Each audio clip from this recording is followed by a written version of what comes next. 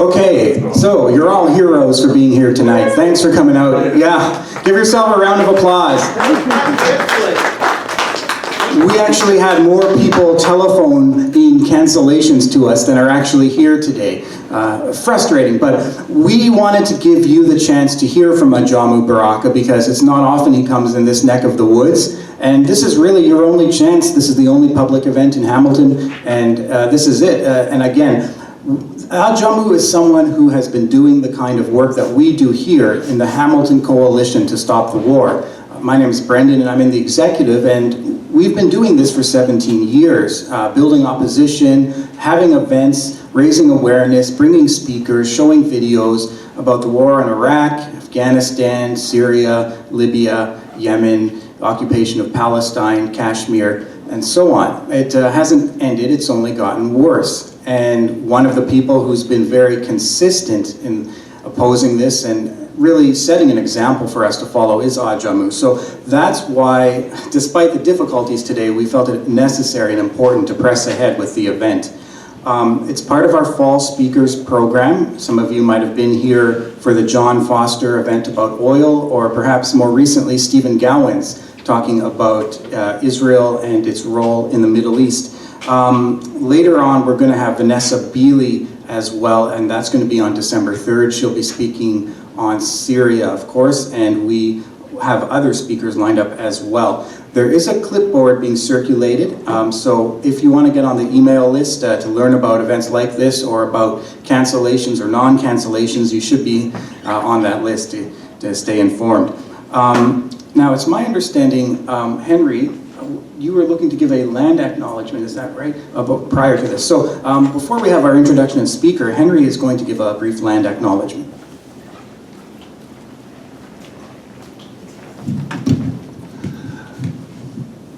Ani, bonjour. Miigwech for being here. Wasagi Benjamin, Ganeshki Babikom, Kadea Kazimodik, Widibim Shinang, Widok Mishtang, Beshkong Gidondanana, Esbeshko Kadeyang, Wendik Gabsishnami, Kabeshko de Minme, Kabeshko Nindami. And what I just did there was a welcome in the Anishinaabe language. We always think it's important to acknowledge that the territory that we are occupying here is the traditional territory of the Mississauga of New Credit, who are part of the Anishinaabe Nation, as well as the Haudenosaunee. And the territory we're in is also part of the wampum of the dish with one spoon. And what that signifies is that we all eat from the same dish because there's only one spoon, which means that we have to share. We have to make sure that there's enough left for those who come behind us. And we're also on the border of the Haldeman Treaty as well.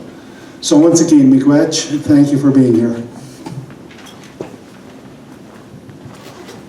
Thank you, Henry. Appropriate as usual. So today's event, this is for you to learn and to actually introduce and take that important role of introducing Ajamu. We do have Miguel Figueroa, and he is from the Canadian Peace Congress, and he's touring our speaker. So I'm going to bring up Miguel, and he's going to introduce our main speaker. Thank you.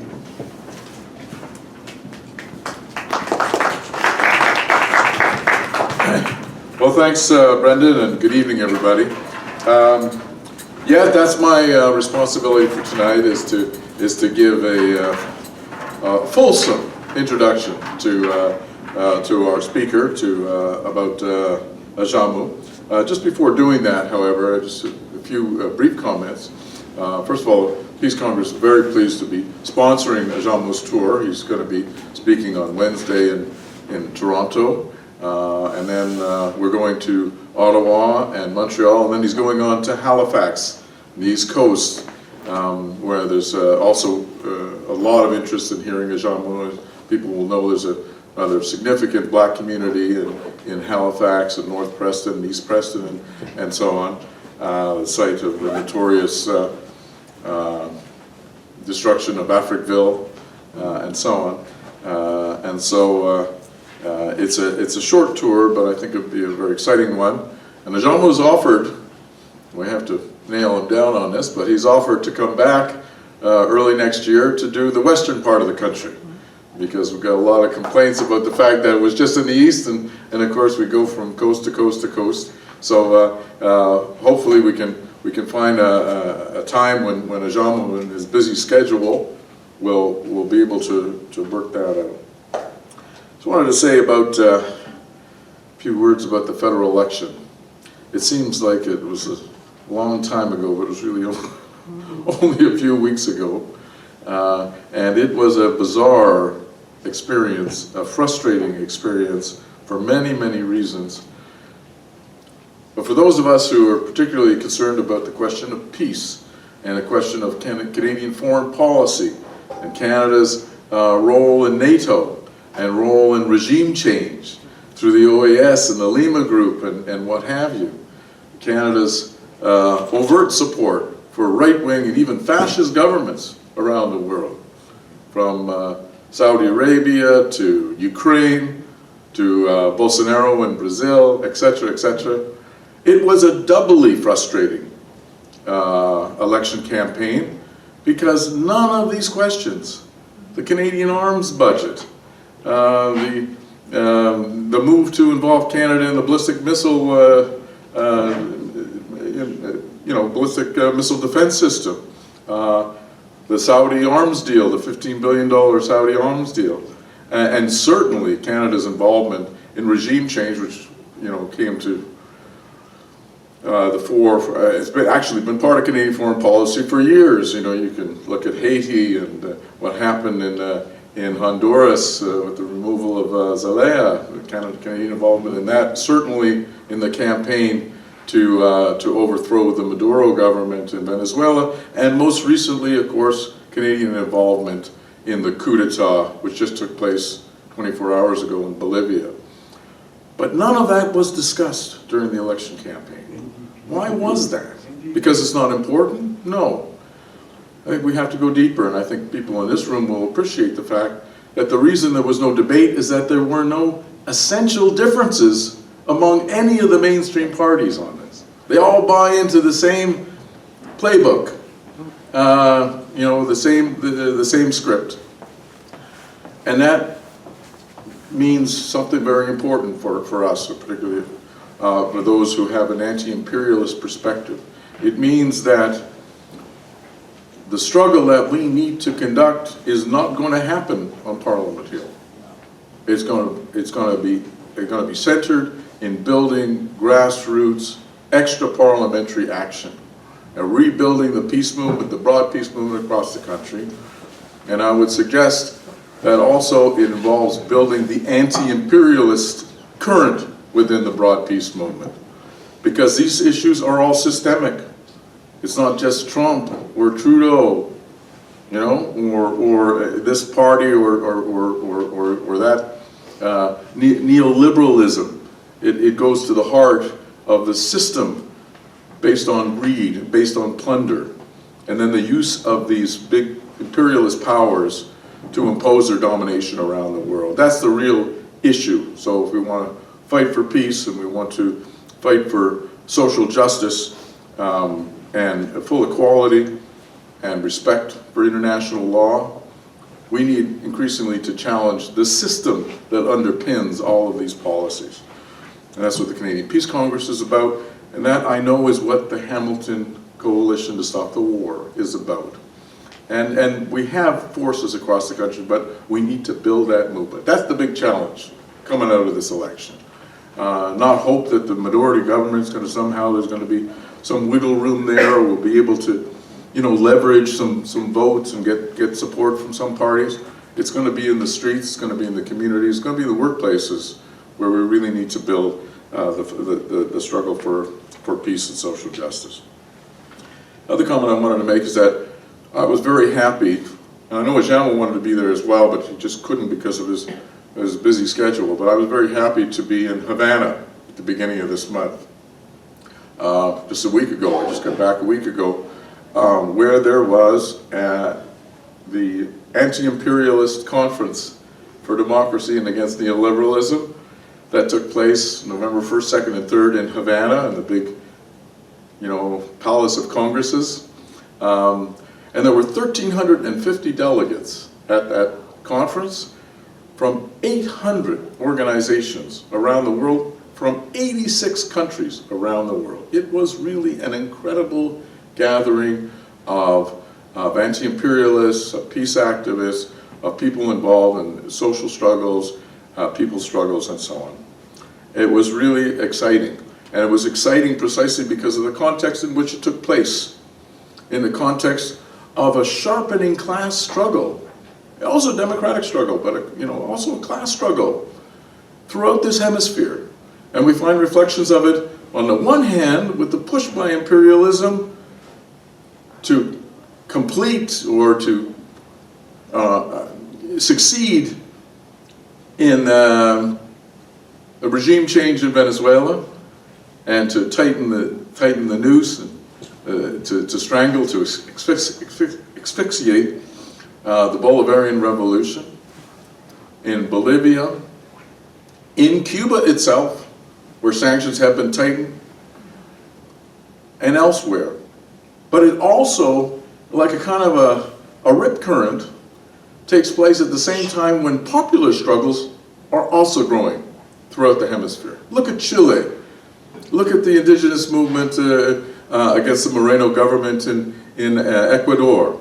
Look at Haiti. And there are many other examples as well. In Honduras itself, a number of other countries as well. Colombia, there is an upsurge of people's struggles against austerity and against growing social disparities and against the whole neoliberal agenda and so on. It's a very dynamic period with both positive developments and also negative developments, but certainly, it's hardly quiescent times. These are very turbulent and dynamic times, and a lot of that found expression in that conference. So I'd encourage you to take a look on the net. As for the Peace Congress, we've been waiting to get the English version of the final statement, which just came out yesterday, the translation of the final statement, so we're going to be posting it in the next day or so.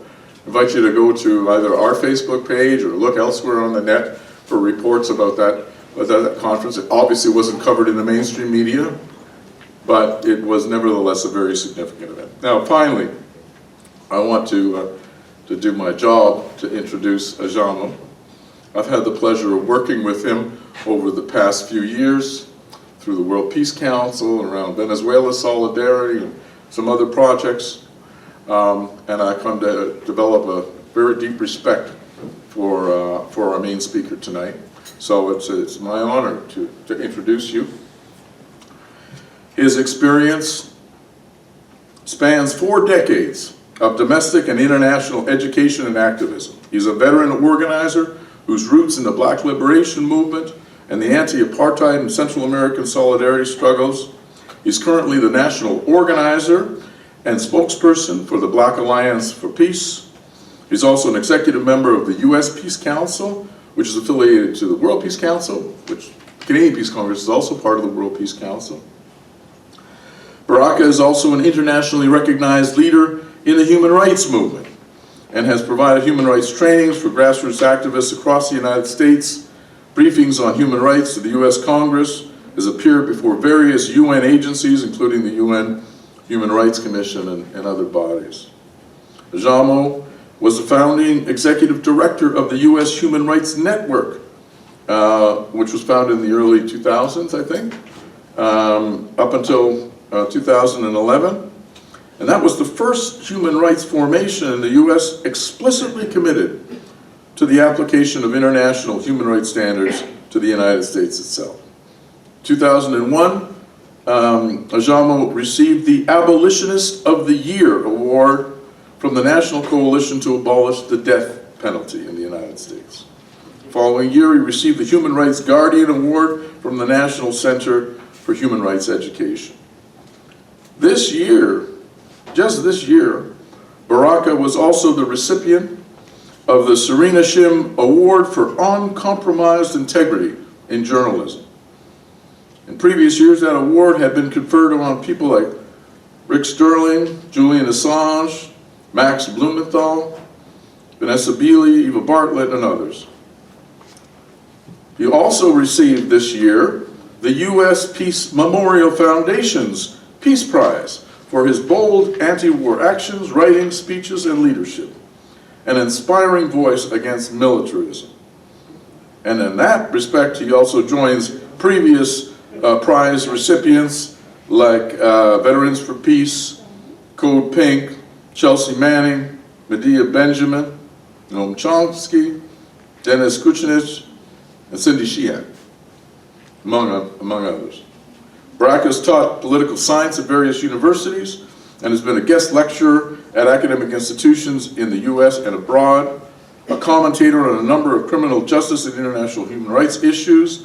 Baraka has appeared on, has been covered in a wide range of print, broadcast, and digital media, such as CNN, BBC, Telemundo, ABC's World News Tonight, Black Commentator, Russia Today, The Washington Post, and the New York Times. Pretty broad spectrum of outlets. He's also a contributing writer to various publications like the Black Commentator, Common Dreams, and Dissident Voice, amongst others. He's currently the editor and continuing columnist on the Black Agenda Report, and he also writes, I don't know how frequently it is, but also writes for Counterpunch magazine that many of you know. Now, one more thing I want to add to this resume, and then I'll end there, because I know Ajamu was too bashful, too modest to do it himself. But Ajamu is also the co-convener of the Embassy Protectors Defense Committee. This is a coalition, or a committee, which came together just a few months ago after the last 4 of the embassy protectors who were protecting the Venezuelan embassy in Washington, D.C., were arrested and charged with very serious charges which involve, I think, up to a year in prison and $100,000 fines each, and so on and so forth. People like Kevin Zees and Margaret Flowers, who are the co-founders of Popular Resistance, Adrian Pine, a medical anthropologist, and David Paul, a member of CODEPINK. And that struggle is rather important because it is a reflection both of the vindictiveness and the viciousness of U.S. imperialism. This isn't just a local thing. This was, first of all, a grave violation of international law for them to seize the embassy in the first place. And now to mete out, to persecute those who tried to protect that embassy from the right-wing protesters and supporters of Juan Guaido, and so on. And the fact that they want to carry on this persecution is reflected very recently in the arrest of Max Blumenthal from the Gray Zone Project, and Ben Rubenstein, who writes for Mint Press, who have also been charged with assault in Hamilton, in Washington, rather, Hamilton, in Washington. So I encourage you to go to the site of this committee. It's defendembassyprotectors.org. Find out more about these cases, and if you can, contribute to the defense fund. Now, we've already raised about, I think, almost $40,000, but we need more. We need approximately $60,000 to mount an effective defense, and the officials in Washington, D.C. have moved the date up, and they're trying to rush through this, and it's increased the costs of the defense. So we certainly, everybody should support this. It is not a separate struggle. It's part and parcel of the struggle to oppose regime change and to defend the Bolivarian Revolution. So please, please do what you can to not only support it, but let your friends and others know about this case and come to that support as well. So, enough from me. It gives me great pleasure to introduce Ajamu Baraka. Please give him a big round.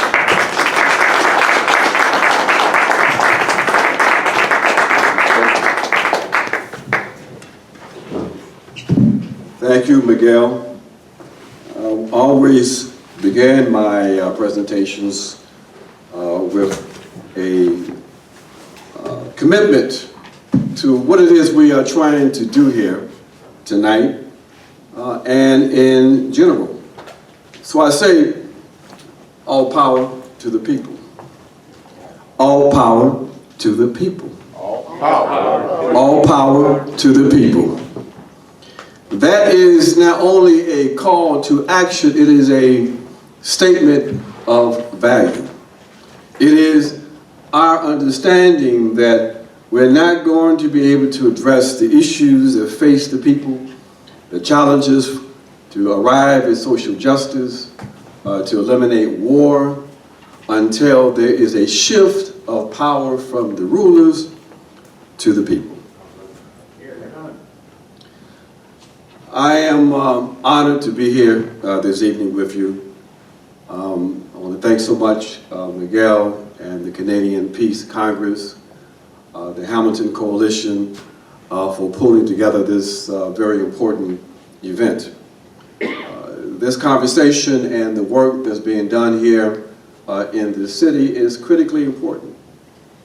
We have been following the events here in this country, and one thing that we noticed, and we talked about it briefly before the evening, that you can have a national election in this country, but yet the issues of Canadian foreign policy, its commitment and support for war and militarism, does not even become part of the conversation. Now, that we feel is a major contradiction. It is a contradiction because it corresponds to a similar phenomenon we have in the US, where that discussion is now part of the conversation in national politics, and where people can actually define themselves as radicals or progressives, and not bother themselves to deal with the issue of US foreign policy and its commitment to imperialism. And there's a reason for that, we think. You know, we are in the US. The US is a settler colony built on the bones of the indigenous and the super exploitation of Africans. And we're here with you this evening here in Canada, which is also a settler colony with the same kind of phenomenon. And so there seems to be a joint connection in this sort of historical blind spot, this tendency to disconnect current realities in both the US and Canada with the fact that there will be no US and no Canada without colonialism, without a commitment to white supremacy, without a reality of the European Union and NATO, and a joint agenda to maintain and to advance the colonial project globally. A project that had its beginnings, its genesis, in the invasion of the Americas. So this blind spot we believe is reflective of a convergence of interests, of a historical amnesia that attempts to disconnect your current realities from that of its beginnings. And so we have a responsibility, I believe, those of us here in this country and in the US, to address that, to reverse it, for our sakes and for the sake of collective humanity. And I want to share just some examples of why that's important. I have a presentation, but I want to deviate from that for a second because we had some very important events. And one major event was the coup that unfolded and is really still unfolding in Bolivia. And I would like to read from the statement that the Black Alliance for Peace submitted this morning. That's going to take us into the rest of my very short conversation.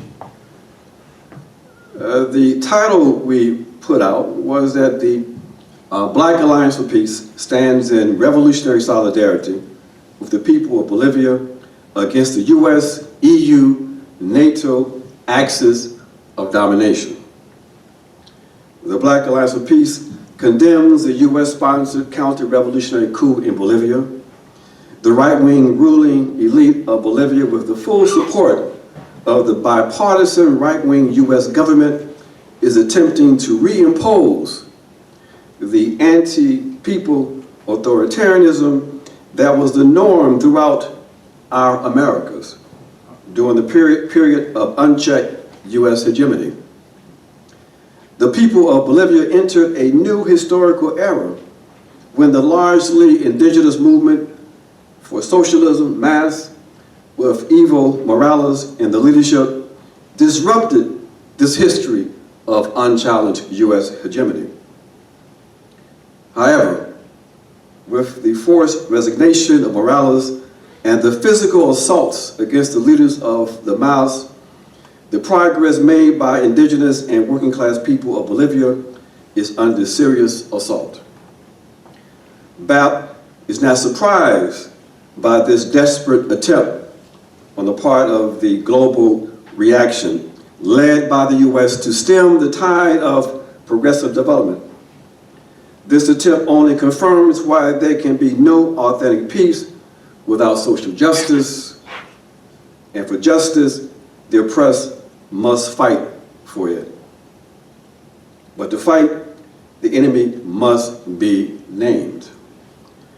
That, my friends, is part of our comment, but it leads into why we, in fact, formed the Black Alliance for Peace. The Black Alliance for Peace was launched in April 4th, 2017. A few months after the ascendancy of Donald Trump to the US presidency. We believe this was a moment in which it was critically important for us to attempt to try to revive the traditional anti-war and anti-imperialist thrust of the Black movement. But we also saw this as an opportune time to attempt to try to rebuild the broader anti-war and anti-imperialist movement in the United States. And so we launched this alliance. We began to build across this country. We linked up with the anti-war movement and anti-imperialist movement in the US with the intent of attempting to reverse the very dramatic shift that had taken place in the United States to the right. Under the Obama administration, there was a decided shift not only in the Black community, but in the society at large, to the right. That the traditional skepticism that the Black community had when it regarding US adventurism and imperialist agendas that they was supporting and advancing, that skepticism disappeared. There was a complete support for US imperialism, not only in the Black community, but again, in the broader society. So we felt that the only way that we could begin to address our responsibilities as citizens and residents of empire was to address that contradiction, to attempt to reverse that reactionary movement on the part of the ruling class. And we have been somewhat successful in attempting to bring back into the center of conversation the absolute necessity for us to oppose US imperialism and war. But we also recognize that we couldn't leave out the historical context. We couldn't leave out the fact that there is, in fact, a convergence of interest and support beyond the US, that the US is a leader in the imperialist project, along with its vassal states, if you will, Canada and others, and operating through institutions and with institutions like the European Union and NATO. And so we identified what we see as the main enemy in this struggle. And we refer to this US, EU, NATO axis as the axis of domination. And we made that connection, and we are making the struggle focus on that enemy. Name the enemy. So our position, my friends, is that at the heart of our struggle is to make those connections, to identify as the enemy the pan-European, colonial, capitalist, white supremacist patriarchy. We can no longer avoid that conversation and naming that particular enemy. That is the only way in which we can explain why we have general support for US and Canadian imperialism. Why we continue to see Europe as the apex of civilization. Why it is so easy for the authorities to use a concept like humanitarian intervention to gather populist support for their imperialist adventures across the globe. This notion that Europe represents the apex of civilization, the model of society that everyone strives for, and that those peoples in various parts of the world that are in struggle against their government are people who just want to be like us in the West. And they frame that argument in that way to generate support for what is essentially an imperialist project that is geared toward maintaining the hegemony of this pan-European project. So we have to name the enemy.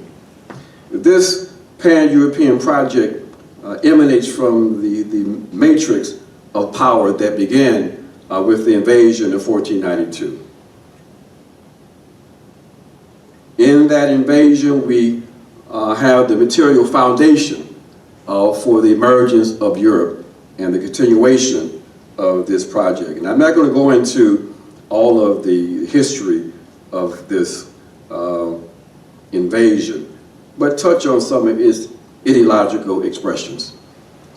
Because it is important to do that, because it helps us to understand how they are able to advance their agenda today.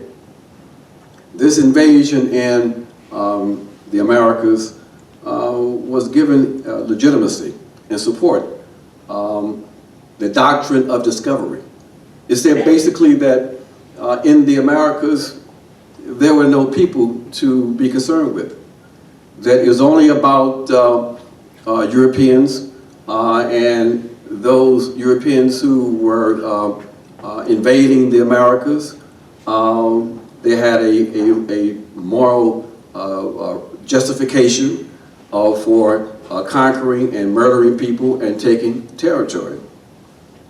We all are aware of the term manifest destiny. This is a prime... Excuse me, where was the murder? Where was the murder? Pardon me? Where was the murder? You said murder? The murder's a crime. Where was the murder? The murder was basically, there were millions of people living in the Americas, millions of human beings in the Americas. But the European powers that invaded the Americas didn't recognize the humanity of those human beings. Therefore, the only thing that they were concerned with was controlling territory. And it meant if those human beings, those non-humans, were actually eliminated, then who cared about that? It was all about controlling the territory in order to extract the wealth from the territory. Once they began to eliminate those real live human beings, they began to bring in other human beings who for them didn't really represent true humanity. And those were the Africans from the African continent. They enslaved Africans to bring them to the Americas to provide what? To provide labor, to create value, to create profit, to lay the foundation for what Karl Marx talked about primitive accumulation, the material foundation for the emergence of capital and capitalism. This was a horrendous crime, a holocaust, if you will, that resulted in 150 million or so people losing their lives. But it was justified by the idea or the notion that these were people who were of a subhuman category, and therefore their lives meant absolutely nothing. The same thing with the march across the U.S. Manifest Destiny was basically the concept that the U.S. territory was a territory that really belonged to white folks, belonged to this expanding, aggressive, racist colonial state, that it was a God-given gift to this colonial state to rule over the territory from the East Coast to the West. Another crime that ended up with millions of people losing their lives. All of this was rationalized. It rationalized slavery. It was rationalized ideologically and religiously. We know that Christianity provided a foundational rationalization for this expansion. And we've seen some of the current expressions. Orientalism, the way in which they shape and frame how we see people in the so-called Middle East. Again, these are subhumans who are the terrorists, who are the ones who use their own people as shields, the ones who fight among themselves for generations and for centuries, as they say. Okay? So this is how these crimes are rationalized. This is how they're able to pull support from a public that may not even be completely aware of these systematic crimes. And this is the ideological foundation that we have to confront. If we don't confront and defeat that, then we're going to see the colonial states of the U.S. and Canada continually to engage in criminal activity with the full support of the public. So this is our responsibility for how we sit in the Black Alliance for Peace. Why do we say this? We say that today the material foundation for white supremacy has been set as a consequence of the U.S. and Canadian invasion and hegemony in these two settler states. We know that globally, Western imperialism has a foundation that continues. We know that U.S. banks, multinational corporations, Canadian corporations still control the economy of the world.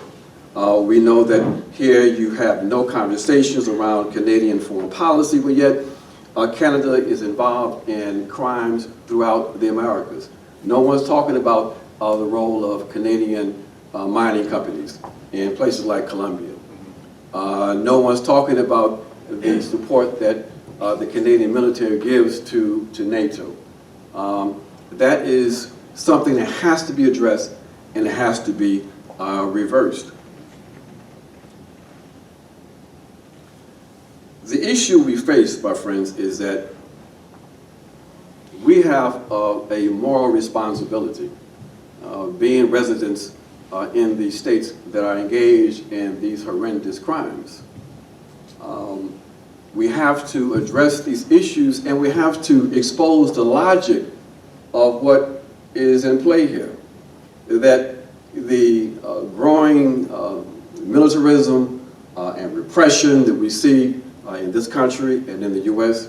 is not the result of bad people. It's a certain logic in place here. That at the core of this project has been violence and race, as we've already touched on. And that it is quite clear that the ruling elements see that the only way they're going to be able to advance and maintain their hegemony is through the use of violence, state violence, direct military intervention. And now the new instrument that they are now perfecting, the use of sanctions, state sanctions, a form of warfare, but one in which they don't have to put boots on the ground. Now they can completely lay siege to an economy. They can destroy an economy. They can impose policies that result in real death, but not define it as war. You know, Barack Obama said that the NATO assault on Libya wasn't war. Why? Because U.S. troops were not dying.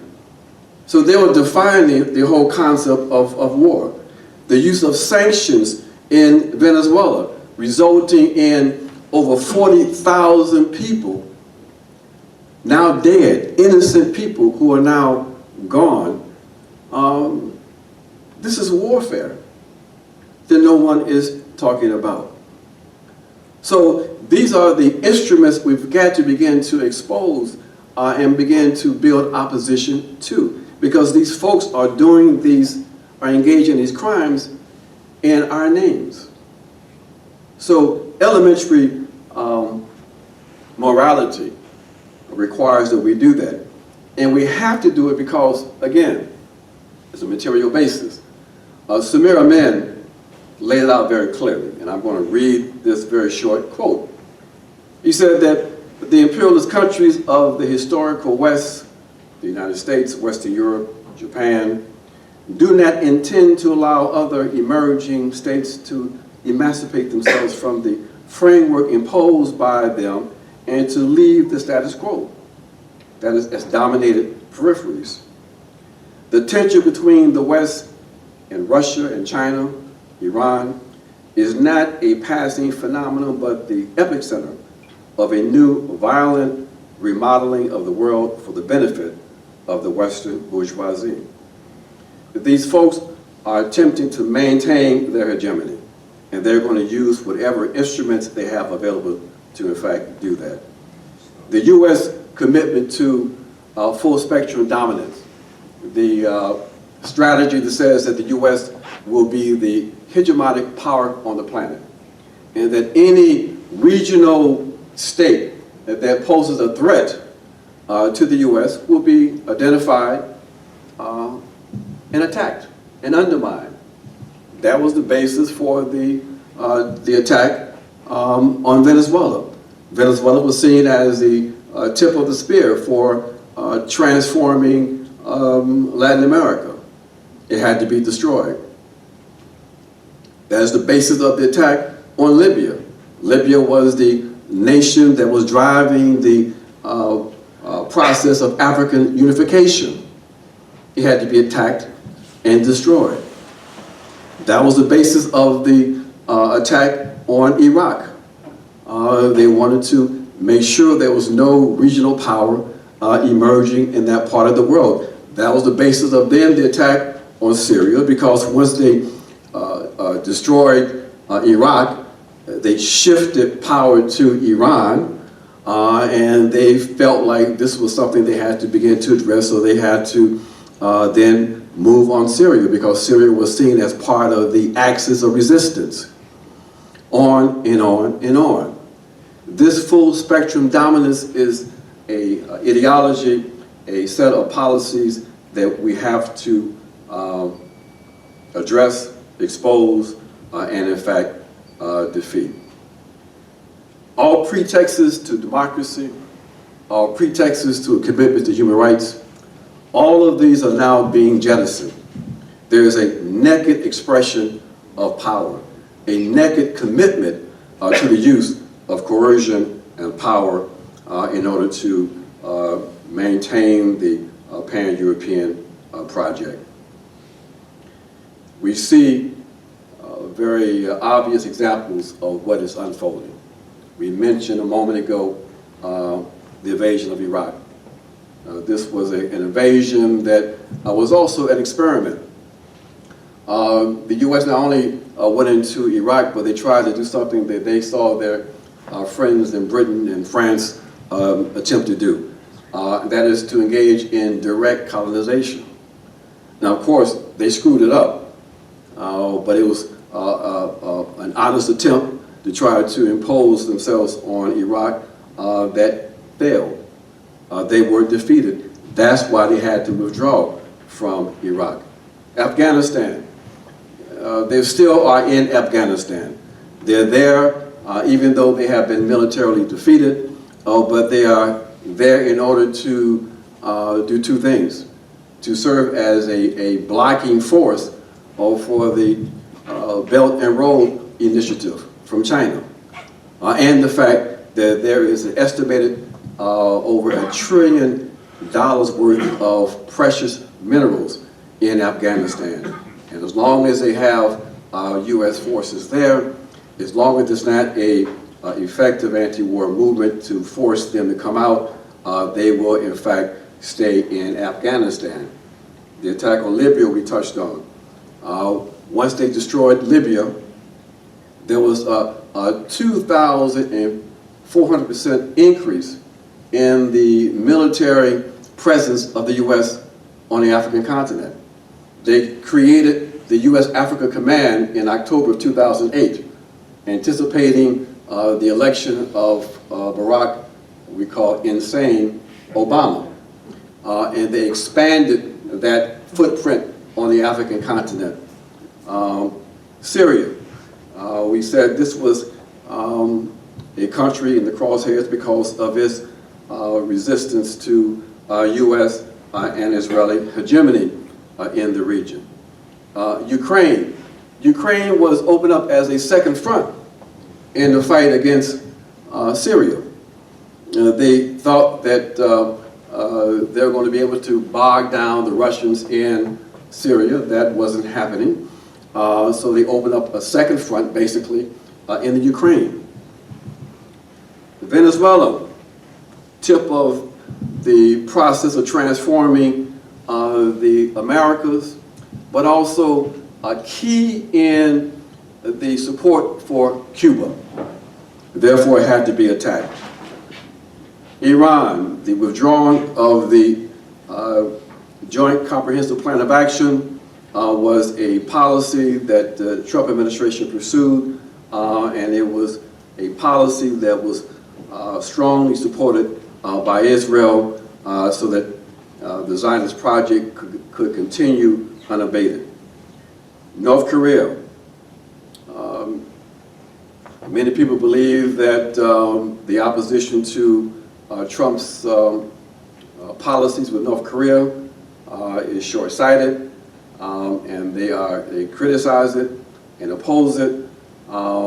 They say that there could be some kind of reconciliation with North Korea, but it has to be on a different basis than what Trump is advancing. But some of us believe that the real issue with North Korea is that there are powerful elements in the U.S. government that don't want to see any peace process with North Korea. Because it's not even about North Korea, it's about China. If there's a reconciliation, if there's a peace process in Korea, in the northern part of their country, then what would be the justification for continuing with 23,000 occupation troops in South Korea and the stationing of missile batteries that have both a defensive and also an offensive capability? It will be eliminated, okay? That's why they oppose any real attempt on the part of the U.S. administration to try to reduce tensions with North Korea. The Democratic Republic of the Congo that no one talks about, even knows about. A place where something like over 6 million people have lost their lives over the last almost two decades. And what in essence is a mineral war.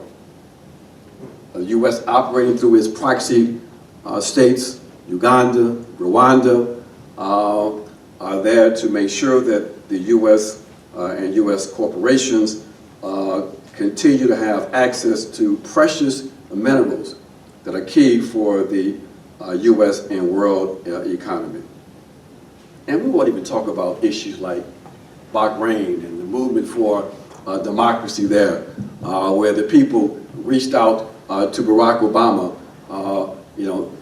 begging the U.S. to intervene, to engage in some humanitarian intervention on the part of the people to support a democratic movement. And Barack Obama said, well, we're going to pass on this because we have the Sixth Fleet there in Bahrain, and the Saudis are opposed to democracy. Therefore, we're going to let you, we're not going to worry about democracy in Bahrain. And so they left it alone. Same thing with Yemen. That basically you have a horrendous conflict, genocidal conflict in Yemen that no one talks about in the media here in this country. This was another one of the wars started by Barack insane Obama. Honduras. We talk about the refugees from Honduras, but people forget that what really precipitated this flow of refugees started right in the first couple of months of the Obama administration's administration, when they gave the green light to a coup in Honduras that eliminated democracy. In Haiti, we've seen some of the images, even though, again, most people don't know about the uprising in Haiti, the demands on the part of the people for democracy. A country in which this country has played a backward position, a backward role in undermining democracy in that country and continuing to support U.S. policies in that country. The NATO expansion into the Americas, primarily through Colombia, and what we talked about at the beginning of this presentation, the criminal activity unfolding in Bolivia. So my friends, we have a lot of work to do. In the Black Alliance for Peace, we are addressing these issues, but what we're also trying to do is to make sure that people understand the connections, that while we are concerned with U.S. imperialism, U.S. foreign policy, that concern has to be connected up in a way that people in the U.S. understand the relationship. So we remind our folks that we're trying to organize that we are up against a world system, that the militarism and the war, again, this is something that's being pursued because people are bad, but they represent certain objective interests. They represent the interests of the ruling class, the interests of those forces who are committed to maintaining and expanding the colonial capitalist system. We point to the fact that in our communities we have this astronomical unemployment rate among our youth. We remind people of the fact that we have record mass incarceration in our communities. We remind people that they talk about all of the examples where socialism theoretically failed, but yet what kind of lives are we living? Well, we have millions of people who have not had an increase in wages in 40 years. We have millions of people who are working in voluntary part-time jobs. We have millions of people still in poverty, millions without health care. This is capitalism. The failures of capitalism are quite obvious. So we remind people of these realities. We say to people that in those realities you have no business joining and fighting in the U.S. military against other working class or poor people around the world. We make the connection by pointing to some of the programs that are ongoing, that are geared toward controlling labor and controlling the population. We talk about the police killings. We talk about a very innovative program they have in the U.S. called, it's the Department of Defense's 1033 program. It is a program, the program that was used by the federal government to transfer surplus military hardware from the military to the police forces. Over the last 2 decades, they have transferred something like $4.6 billion worth of military hardware. This is the program primarily responsible for the militarization of the police forces. We point something out to people that they don't know about, that the Israeli state is involved in training police forces across the U.S.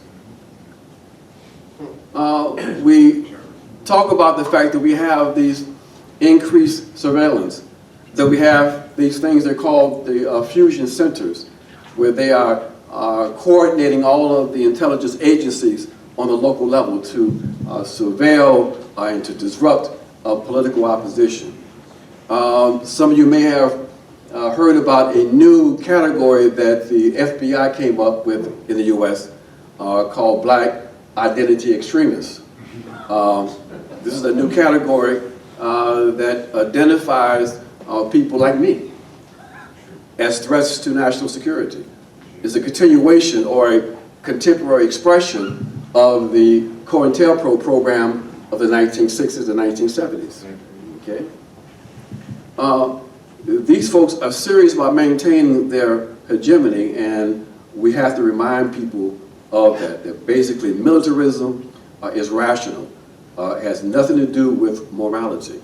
It is objective, and that has to be the message we get across to people. So, what must be done?